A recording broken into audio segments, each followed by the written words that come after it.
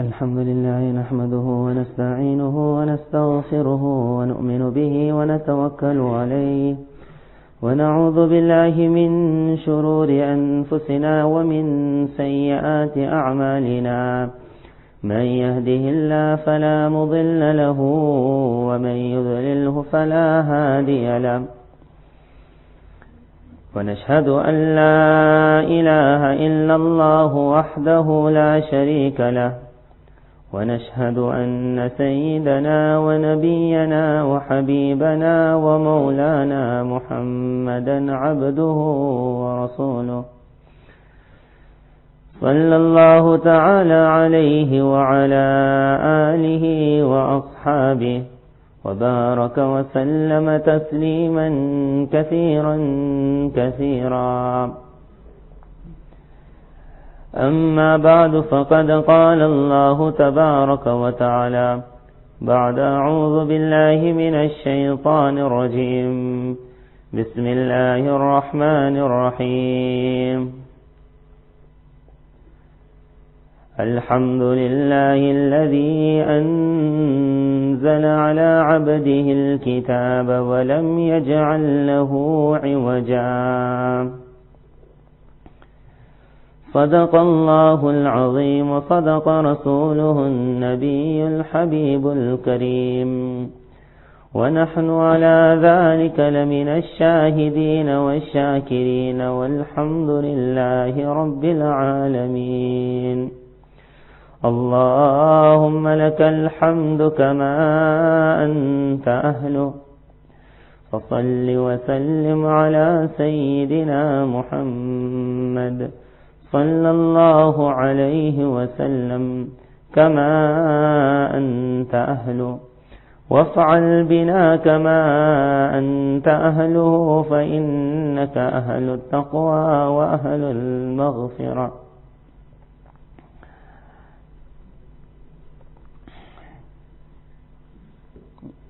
The kitab I have in front of me, the name is Dajjali Fitna. Dajjali Fitne ke numaya khat wa khal, meaning taking out the strands of every fitna which Dajjal will put in the world.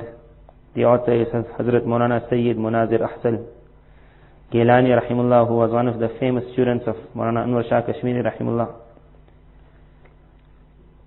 And from this book, a lot of points I have taken in trying to get an understanding of Dajjal. And a lot has been mentioned already. And as mentioned previously, now we will try to concentrate more on the fitna of Dajjal and leave out the person himself. As we explained, and as has been proven from the ahadith, that Dajjal is a fitna, or a person, a being that is already there. He was seen by the Sahabi radiallahu anh Tamim Dari. Rasulullah sallallahu alayhi wa sallam made isbat, mentioned that what he is saying is 100% correct, meaning he is there already. What was his life before that? Meaning who put him there? Why did he come there? What did he do before that? That is a separate subject on its own.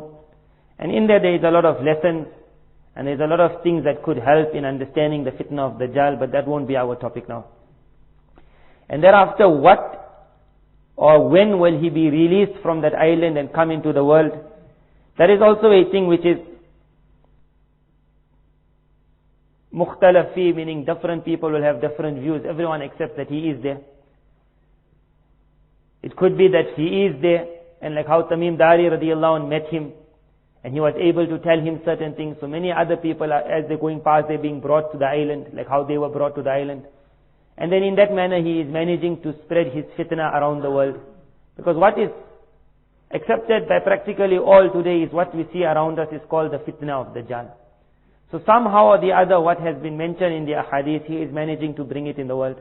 Either they are meeting him on the island, or perhaps many others will not accept this, but it's a possibility also, and a big possibility, and there are many indications towards it, that if it's not taken, that Dajjal will have exactly 40 days on earth. But the word 40 is taken to mean 40 periods. And there are certain indication in the ahadith towards this also, that it will be periods more than days. Then if that meaning is taken, then it will be like a 40 different periods of the existence of Dajjal on the surface of the earth in the form of a man, then which time will he be released to start that 40-day period? That will be something questionable. When did it start? When will it start? Has he already come out from the island? When will he come out if he has not come out? If he comes out, in whose form will he be? Will he take the form of Ibn Sayyad? Will he take some other form? Has he already taken that form? So that is something also, that he has been out or he will one day come out. But so much is accepted that somehow or the other, he is managing to spread what is known as the fitna of Dajjal. So to understand that Surah Al-Kahf, where it was mentioned that make sure you will read it to be protected from his fitna, it was not speaking to only the people at the end of time, but it was speaking to every single person who will see the fitna numaya open in front of him. And then in Quran there is certain thing called tafsir, which has its own meaning. For tafsir you have to have directly from Rasulullah sallallahu alaihi wasallam the indicated meaning explanation, or from Sahaba radiallahu anhu what they said regarding it. And that is the asl of Quran tafsir, and no one can move out of tafsir. Thereafter, for Quran to speak to every individual in every phase of life till the day of Qiyamah, because Quran was revealed to speak to every single person. So for Quran to speak to every single person, there is something called the ishara of Quran, the indications of Quran, that Quran has indicated towards this. In this verse, Quran is indicating towards that. And through that indication, then man sees that my Allah is speaking to me at the moment. I am going through this difficulty. Here's the answer. That is called ishara of the Quran, and that is also musallam, accepted by the ulama. What will be mentioned from now, where Surah Kahf will speak about the fitna of Dajjal, should be taken as isharat of Quran. It will not be taken as a tafsir, but rather as ishara. That in this verse there is an indication towards this fitna, and this is the answer. In this verse, an indication to that fitna, and this is the answer. As a muqaddamah to his kitab, the author has mentioned certain points which we will go through, and inshallah thereafter in the future we will start. Certain things what he has mentioned, I will mention. Certain things from my own side I will be mentioning. So he starts his kitab and he says, it has come in the famous books of ahadith, that any person who wishes to protect himself from the evil, the fitna, the exam, the test of Dajjal, then the beginning few verses of Surah Kahf, or the last few verses of Surah Kahf, and in some narrations even the beginning and last is not mentioned, is just mentioned a few verses, which means most likely 10 verses of Surah Kahf. Other narrations have mentioned if it is done on the day of Jummah, then these verses will protect a person from the fitna of Dajjal. If it is read any day, he will get that virtue. And if he has to read it on the day of Jummah, which has always been the amal of the akabir, of the pious people of the ummah, and which should be the amal of every single person, then certain ahadith has mentioned special extra virtue for that person. Amongst them is that that person who reads at least 10 verses, so from that Jummah till the next Jummah, he will remain encircled by a certain light, nur. Other narrations have mentioned from that Jummah till the next Jummah, whatever sins he does, Allah Tabarak Ta'ala will wipe it out. Certain narrations have mentioned any house in which Surah Kahf is recited, then the shayateen will not enter that house. And like this there are many others. Certain has mentioned he reads the whole surah, then from the skies till the earth, he will be surrounded by a light. And if it is 10 verses from head to foot, around his entire body, a certain light will come. Trying to show that the fitna of Dajjal will be more darkness. Darkness attacking the body, darkness attacking the mind. And light will be able to repel it. And the power of Quran is unique. That in front of whatever we see as powerful, the weapons of this country, and the technology of that country, then one verse of Quran is sufficient to break it all. Only that person will find this power who reads it with that yaqeen. So he mentions about 10 verses of Surah Kahf, what it can do for a person. Thereafter he mentions that everything should be kept in the back of a person's mind, what has been mentioned in different ahadith, some very strong ahadith, some slightly weaker, regarding what Dajjal will bring. And then as a khulasa of that day, as a summary, he starts mentioning. He says the first thing to be understood is that when Rasulullah sallallahu alaihi wasallam mentioned what Dajjal will bring, it doesn't have to be taken in exact hakiki meaning exactly as the words are mentioned. Because there are certain indications in every narration that it will not be exactly as I am saying it. But it will be in a different surah that when man will see it one day, he will understand it. And really now when we are seeing it, was this really meant or will something else be meant? That is also something we can never say. Perhaps in 30, 40, 100 years time, people will see it again and say, this was meant by the hadith, not what the people of the past thought. So certain things with Sahaba radiallahu anh in their mind, there was no way of putting a surah, a picture. Then Rasulullah sallallahu alaihi wasallam would use certain words which would give them an understanding, and they would then present that words to the ummah. So that later on a time will come, a man will see it and he will say, this was really what my Nabi intended. Among that, Rasulullah sallallahu alaihi wasallam mentioned in the times of Dajjal, the fitna of Dajjal, one will be space and time will be brought very, very close as though it is nothing. Space meaning a vast distance, traveling from one area to another area, will become a very small distance, as though it is sifar, there is no distance between the two. In that, Rasulullah sallallahu alaihi wasallam mentioned words regarding the power of Dajjal, that when he will want to move himself, كَالْغَيْثِ إِسْتَدْبَرَتْهُ الرِّيحِ, he will move so fast as though the rain is coming and wind is blowing it. And as you see that rain just moving, and how fast, vast distances is covering. So he mentioned how far he will go. And which places he will enter, he showed his taqat and his power. The different countries of the world, every khitta, every area, every village, every location, which comes in the hadith, فَلَا أَدَعُ قَرْيَةً إِلَّا حَبَتْتُهَا فِي 40 لَيْلَةً. In the period of 40 nights, I will be able to set foot on every single area. Other hadiths have mentioned, إِلَّا دَخَلَهَا رُعْبُ الدَّجَّالِ. The awe, the fitna, the evil, the power of Dajjal will enter that area. So whether he himself will go, ulama mentioned whether his armies will go. At every single place, except for 4 places in the world, he will be able to take over. Regarding space, Rasulullah sallallahu alaihi wasallam mentioned, "Yunadi bi sawtihi, yasma'uhu bihi ma bayna al-khafiqain." That when he will speak, he will be so loud, his voice, that between the east and the west, whoever is there will be able to hear him talking. And these are things that in our present times we are now seeing it. We are not seeing Dajjal speaking, but we are seeing the movement of many from one side to the other very, very fast. And the question should come then, how come people are moving so fast? When it was mentioned this will be the power of Dajjal to move so fast. So as we had mentioned previously, Mulana Yusuf bin Nuri rahimullah, he mentioned that it will not be that this will be a special power for him, but it will be something that is prevalent with everyone around him also. It will be the sign of his zamana. And others have mentioned that when it's called the fitna of Dajjal, then it will be most likely because he was instrumental in the creation of that powers with which man could then move so far.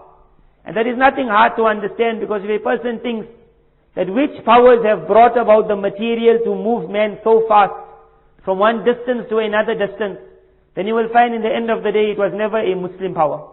And which power has brought the ability for man to speak in one corner and be heard in another corner, then you will see it was never a Muslim power who did that.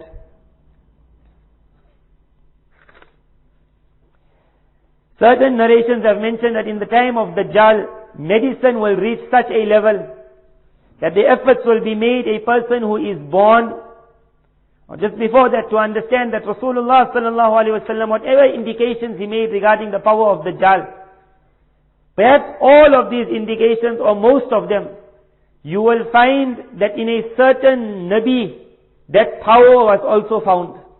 As though Dajjal will want to bring within him all the miracles of the previous Anbiya, to make his heart that I am the greatest. So the power which Sulaiman alayhi salatu wasalam showed in his time, where the small ant could speak and the wind would transfer the voice to his ears, or a man on the ground could speak and it would go right up to his arsh.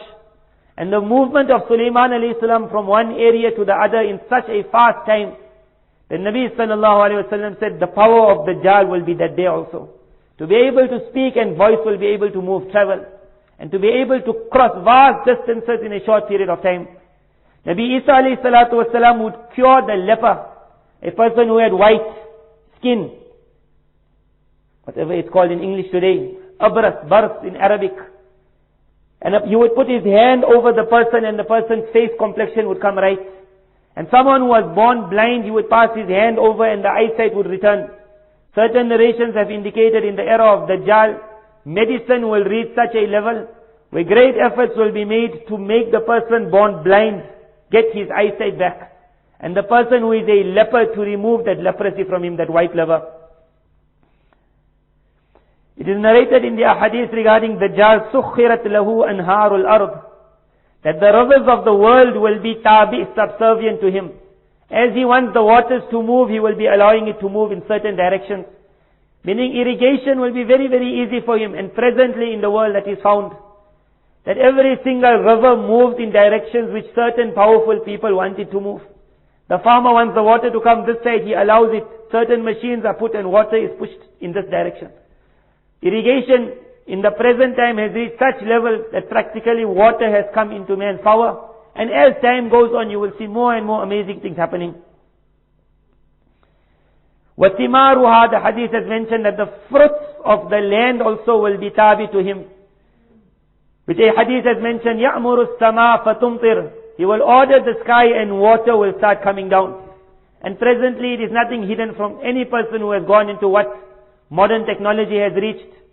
That they have made the claim already that we are now able to gather clouds in certain areas and to contain the water within the clouds. And when we desire then to let the water start pouring. And most likely they are still experimenting, because of which you are finding weather patterns going haywire in the world. An alim of Pakistan wrote that the floods of Pakistan, which people were amazed of, he says when ulama looked at it, they said that this year is not qudrati. Meaning Allah Tabarak Ta'ala himself without any sabab has not sent this down, but rather through a sabab of man this floods have been caused. Allah Tabarak Ta'ala has given man the power, and he says it is our feeling that in certain circles, a ploy has been made to melt the ice which were on certain mountains in Pakistan, and to contain certain clouds. And then one time that the ice was all pushed to melt with whatever rays were sent onto it. And he says the floods that we have seen, we really regard it to be a cause of, meaning Allah Tabarak Ta'ala's qudrat, but through the hands of man. And it is nothing hidden now. Day by day they are making more and more claims that we are able to gather the rain and bring it down where we want to. Nabi sallallahu alayhi wa sallam said, وَالْأَرْضَ فَتُنْبِتْ, and he will order the earth and the earth will start taking out vegetation. And any person who knows of agriculture today also, and as time goes it will get even worse, will understand that nothing natural is ever grown anymore. But nowadays every farmer has to buy certain seeds, and on that seed then certain thing will grow. If you wish to plant in your small farm, you might plant natural, healthy. But where you buy from farmers and you buy in bulk, then it is nothing natural growing. It is a seed that can grow only once. When that fruit will come out, that seed that's in that fruit will never be used again. Now seeds will have to be repurchased again from certain sources. That seed put in the ground.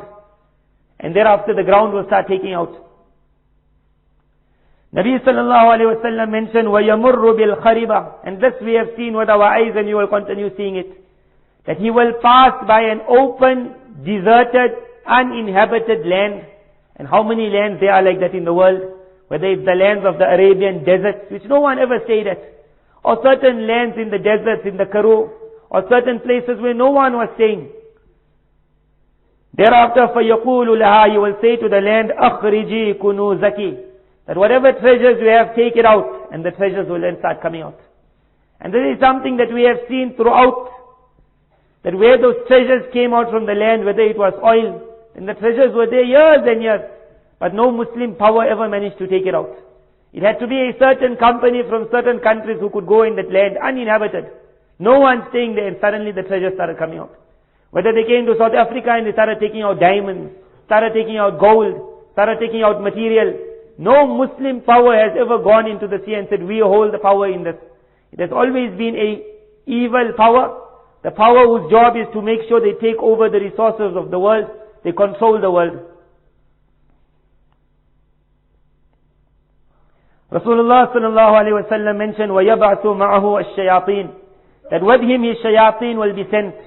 عَلَى صُورَةِ مَنْ قَدْ مَاتَ مِنَ الْآبَاءِ وَالْأُمَّهَاتِ وَالْإِخْوَانِ وَالْمَعَارِفِ, and they will come in the front of a person in the form of someone who had passed away. Either his brother, his father, his mother, someone he knows. And then فَيَأْتِي أَحَدُهُمْ إِلَىٰ أَبِيهِ أَوْ أَخِيهِ. Then they will come to the person and they will say, أَلَسْتَ فُلَانْ أَلَسْتُ فُلَانْ. Am I not so and so person? Don't you recognize me? I'm your father. And he will be shocked. And he will say, Daddy, it's really you. And he will start talking. And in that day it comes and this form will say, you know what, this man, please follow him, my son. And we might think perhaps this has not happened. But anyone who reads little bit will hear it has happened a lot in the world already. In Western circles it would be called at one time spiritualism, where they would go into one room, and it happens in South Africa and many parts of the world, where they go into a room, there's an old woman maybe, and then she says to the person, do you want to speak to the soul of your grandfather? I can bring him here, and slowly, certain people have written, when asked why did they enter into this evil which is known as nowadays Freemasonry. So some of them have even written that someone approached me and said, the boss is looking for you. And I wanted to know what is this boss story, and they mentioned all you have to do, a long story, but in the ending he said I was brought in a room. And in the room then from the wall I saw my father coming through. And we had the chance to even touch fingers, and it was amazing. And then he said, I asked, Daddy, what should I do? And my father said, follow this man. Or enter into this group. And then he writes, after entering there is no getting out now. So this thing is happening throughout the world. In big, big ways. Obviously it don't happen with each one of us. So Rasulullah sallallahu alaihi wasallam mentioned many powers of Dajjal, and any person who looks at it, he says, I have seen it already. And as time goes, with every day passing, you will see it more and more stronger. And you will understand, as my Nabi mentioned, what power Dajjal will hold. I am living in that power. And I am practically using that power myself. And it makes no question in my mind that how did they manage to get such a power? And why could it never be the Muslims who get this power? Why it had to be a non-Muslim force? And not so much a Christian force, but it had to be a Jewish force. It couldn't be a Hindu, it couldn't be a Sikh. But it had to be one lobby that was able to be the instrumental force behind all of these things. So if a person brings that question in his mind, and he looks at the ahadith, then he will find that Rasulullah sallallahu alaihi wasallam, when he mentioned Dajjal, then I am seeing Dajjal around me. Whether from an island he is teaching people to be able to do these things, or whether himself he is moving in the world and doing it, whichever method, but the fitna of Dajjal is around us. Thereafter Hazrat Molana mentions, the time is up now, so I'll take a little explanation. Inshallah, in the future we will discuss this part, Mera Matlab, where he starts explaining now that when Dajjal will come, then to be able to bring these powers in front, what will he use, or what will Allah Tabarak Ta'ala give him, that he will be able to make these things happen, which is mentioned in the ahadith, meaning able to make things come out from the ground, whether it's materials, whether it's minerals, whether it's fruits, and able to make water come down from the skies, and able to move through such distances, and able to speak and his voice is heard. So Hazrat Molana here mentions in the writings of the people of the past, that what power will he use to be able to bring this to the fore. Inshallah, that we will discuss in the future. Obviously, you must remember the whole maqsad of this here is that we start understanding the azmat of Surah Al-Kahf. So it shouldn't be that this whole thing is mentioned and no one reads Surah Al-Kahf. So at least 10 verses minimum, and whoever can read the whole surah, read the surah, make intention of yourself, intention of your family. Allah Tabarak Ta'ala, inshallah, in the qudrat of Quran, barakah of Quran will protect many, many people.